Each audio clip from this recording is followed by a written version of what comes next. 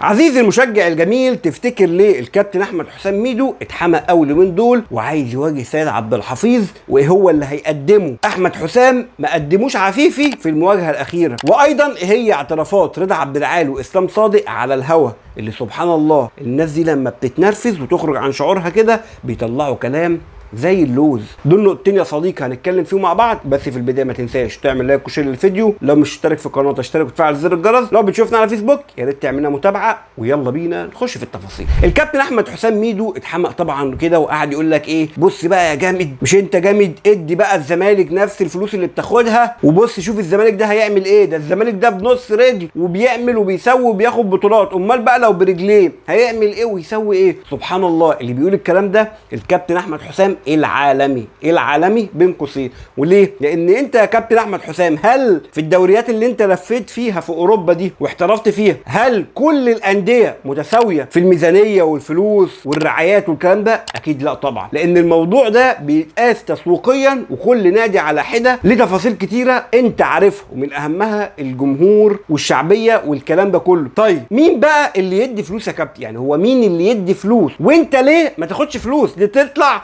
تقول لا ما تدي فلوس، طب ما تقول الكلام ده لنفسك، قول الكلام ده لاداراتك ان هم يشتغلوا يبداوا يعملوا المظبوط والصح عشان خاطر ينجحوا ويقدروا يحصلوا على عقد رعايه كبير. الاهلي جامد يا كابتن مش عشان خاطر حد بيطلع من جيبه ويبقش عليه، الاهلي جامد لانه في نظام وسيستم، الاهلي جامد لانه مستقر استقرار تام، وده بفضل الله ثم ولاده واداراته المتعاقبه اللي مفيش حد يطلع يشكك في التاني، لا كله بيكمل على اللي بعد اللي قبله والدنيا بتمشي والدنيا 100 فل و14. من هنا الاستقرار بيجي، ومن هنا الجمدان اللي انت بتتكلم عنه بيجي. طيب ليه بقى الكابتن احمد حسام عايز يقابل سيد عبد الحفيظ؟ باختصار يا صديقي، الكابتن احمد حسام عايز يعمل كده لانه شايف ان حلقه سيد عبد الحفيظ مع احمد عفيفي عملت ضجه كبيره جدا ما خدتهاش حلقته مع عادل القيعي، فبالتالي الراجل يا جدعان طبعا في الشو اكتر والمنظره والكلام ده كله، فاكيد همه انه يروح يقابل واحد زي سيد عبد الحفيظ، مع انه هو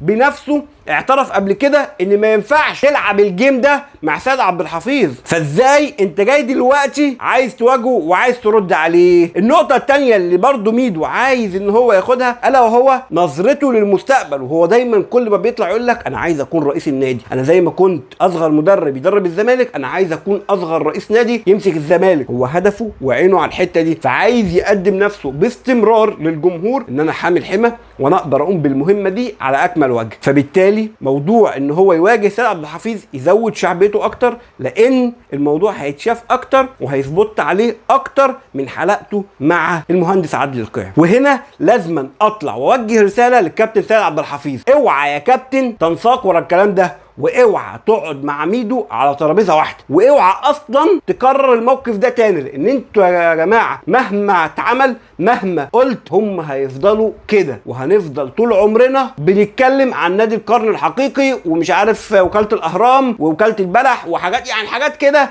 ملهاش دعوه بالواقع تماما، هيفضلوا هم الفكره واخدينها مش هتتغير مهما قلت لهم. وايضا انت ما ينفعش تقعد مع ميدو، لان ميدو يا كابتن ملوش ملكه، بمعنى ان هو بيقول الشيء ونقيده في نفس اللحظه ونفس التو. كان مع المهندس عادل القيعي قال لك مش لازم نصدر ليه الاجيال القادمه فكره المظلوميه، ولازم نوقف الموضوع ده ونركز بس في مستقبل الزمالك ونخطط له صح ونبني على الكلام ده كله. في نفس التو وفي نفس الحلقه اللي لسه ما خرجش منها كان بيتكلم عن المظلوميه وذكرها في اكتر من موضوع، وحتى بعد ما خرج من الحلقه وراح برنامجه فضل يتكلم عليها، حتى الان بيتكلم عليها. فهو اصلا ما فيش تغيير للعقليه والدماغ، هتفضل كده على طول اقول الشيء وعكسه، اقول الشيء ونقيده، فانت مهما قلت معاه مهما عملت معاه مش هتوصل لنقطه وسط خالص. فبالتالي ملهاش اي قيمه ان حضرتك يا كابتن سيد تقعد مع الكابتن احمد حسام ميدو، فكك بقى من الكلام ده وسيب اللي يتكلم يتكلم.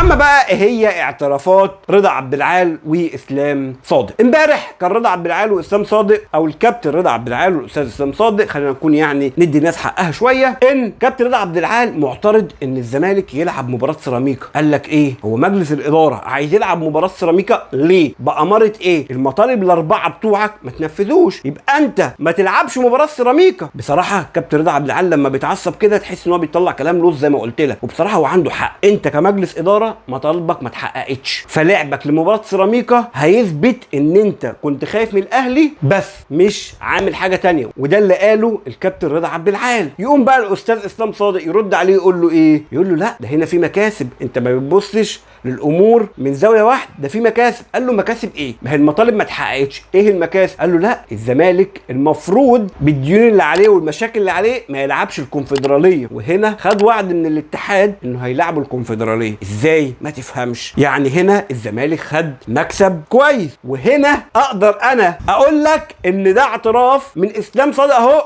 ان الزمالك بيتجامل. فانتوا على اي اساس؟ واسلام صادق نفسه على اي اساس دايما يطلع يصدر ان الزمالك يا عيني الاتحاد جاي عليه لصالح الاهلي ومش عارف بيعملوا ايه لصالح الاهلي، والاهلي واخد كل حقوقه وكلام من هذا القبيل. اهو بنفسه بيعترف على الهوا ان الزمالك بيتجامل، وهنا هياخد حق مش حقه، وهو لعب بالكونفدراليه وخد وعد بالكلام ده. فيعني سبحان الله انتوا باي حجه بتطلعوا تقولوا ان الاهلي يا عيني واكل حق الزمالك؟ وهياكلوا ليه ما دام بيتجامل اهو؟ وده الكلام اللي كنا اتكلمنا فيه قبل كده مرارا وتكرارا باعترافاته. ما جبناش حاجه من عندنا. رضا عبد العال قال لك لو انت لعبت مباراه سيراميكا بدون ما يتحقق لك اي مطالب فبالتالي كان ملهاش قيمه انك انت تهرب من نادي الاهلي، وهيتسمى هروب لان انت ما كملتش على مبدأك اللي انت طلعت اتكلمت عنه. وايضا اعترافات اسلام صادق بان اتحاد الكوره بيجامل الزمالك وهيجامله